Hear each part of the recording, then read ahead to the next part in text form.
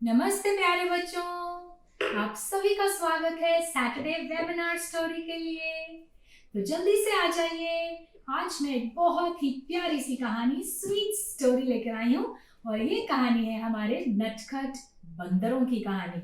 अरे बंदर कितने शैतान होते हैं, बंदर कितना तंग करते हैं। कई बार तो हमारे घर में भी आ जाते हैं, सामान इधर से उधर फ्रिज में से निकाल के खा के फैला के और भाग जाते हैं। कितने शैतान होते हैं बंदर, है ना। लेकिन हमें उनको टच नहीं करना है, हमें उनके पास नहीं जाना है, वो काट भी लेते हैं, है ना। तो चलिए आज हम अपनी कहानी शुरू करते हैं। पंचतंत्र की कहानी, नटखट बंदर। एक बार कुछ बढ़ई, आपको पता है बढ़ई कौन होते हैं? बढ़ई होते हैं कारपेंटर, जो लकड़ी काटकर उसको आकार देकर उसका काम करते हैं। तो बहुत तेज धूप थी और वो बढ़ई काम कर रहे थे, मंदिर बनाने का काम। इतनी तेज धूप थी कि वो थके भी जा रहे थे। उनमें से जो एक बढ़ई था, वो एक बड़ी सी लकड़ी को 2 हिस्सों में काट रहा था। अब उन्होंने सोचा इतनी तेज धूप हो गई है तो चलो थोड़ा सा आराम कर लेते हैं। तो उस बढ़ई ने सोचा मैं इन दोनों टुकड़ों के बीच में एक कील लगा देता हूँ ताकि ये दोनों टुकड़े एक साथ जुड़ ना जाए। तो उसने क्या किया, दोनों टुकड़ों के बीच में एक बड़ी सी लोहे की कील लगा दी। अब वह सब पास के एक गांव में कुछ खाने पीने और थोड़ा आराम करने चले गए। पास ही एक पेड़ था और उस पेड़ के ऊपर कौन थे? उस पेड़ के ऊपर बैठे थे कुछ बंदर। और उन बंदरों ने देखा कि अब तो आसपास कोई नहीं है, चलो। और वो पेड़ से नीचे उतर गए। उन्होंने वहां पेड़ के पास औजार पड़े हुए देखे। औजार औजार क्या होते हैं? औजार होते हैं टूल्स, जिससे हम काम करते हैं। आरी, हथौड़ी, इन सबको बोलते हैं औजार।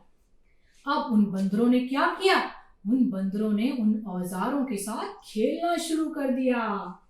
उनमें से एक छोटा सा बंदर था और वो बहुत ही नटखट था।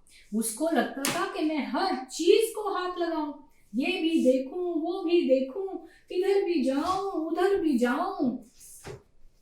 वो तो बहुत ही उत्सुक था, बहुत एक्साइटेड था। उसने बड़े लकड़ी के टुकड़े पर बैठकर एक हाथ से उस कील को खींचना शुरू कर दिया। अब तो उससे वो खींच ही नहीं रहा था, नहीं खींच रहा था, नहीं खींच रहा था, वो हिल भी नहीं रहा था। उसने क्या किया, अपने दोनों हाथों से उस कील को खींचना शुरू कर दिया। उसने ध्यान ही नहीं दिया। अरे पता है आपको क्या हुआ? उस बंदर की लंबी सी जो पूंछ थी वो दोनों टुकड़ों के बीच में थी और उसको ध्यान ही नहीं रहा। और एकदम से उसकी पूंछ उन दोनों टुकड़ों के बीच में अटक गई, क्योंकि उसने क्या किया था, उसने हिला हिला कर उस कील को निकाल दिया था। अरे इतनी जोर से चिल्लाया क्योंकि उसे दर्द हो गई। इतनी दर्द उससे वो समझ ही नहीं पा रहा था कि अब मैं क्या करूं। इतनी जोर की आवाज हुई, सब बंदर एक दूसरे को देखने लगे, ये क्या हुआ, ये क्या हुआ। और उस बंदर की पूंछ उसमें दबी हुई थी, वो चिल्ला रहा था, मुझे बचाओ, मुझे बचाओ। दूसरे बंदरों ने पूंछ को खींचकर निकालने की कोशिश करी, लेकिन कोई कोशिश कामयाब नहीं हुई। उनसे वो पूंछ निकल ही नहीं रही थी, क्योंकि वो लकड़ी तो जोर से बंद हो गई थी। अरे अंत में, एंड में पता है क्या हुआ? बहुत मुश्किलों से बंदरों ने उसकी पूंछ बाहर निकाली, लेकिन ओ नो, बंदर की आधी पूंछ कट गई और उसे बहुत दर्द हुआ। आपको पता है इस स्टोरी से आपको क्या शिक्षा मिलती है? इस स्टोरी में एक लेसन भी है, एक शिक्षा भी है। और वो शिक्षा क्या है? अत्यधिक उत्सुकता भी हमेशा अच्छी नहीं होती।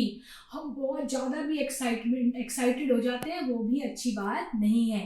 इतनी एक्साइटमेंट में कुछ ना कुछ गड़बड़ हो जाती है, तो हमें आराम से काम करना चाहिए। एक्साइटेड होना ठीक बात है, उत्सुक होना ठीक बात है, लेकिन थोड़ा आराम से। तो ये जो हमारी कहानी थी इस नटखट बंदर की, उसको तो उसका पनिशमेंट मिल गई है ना, वो बहुत ज्यादा शरारत कर रहा था। तो प्लीज आप बहुत ज्यादा शरारत नहीं करेंगे, बहुत ज्यादा एक्साइटेड होकर कुछ नहीं करेंगे, कई बार चोट लग जाती है ना, तो अपना ध्यान रखेंगे। तो ये थी हमारी प्यारी सी कहानी नटखट बंदर की। Thank you.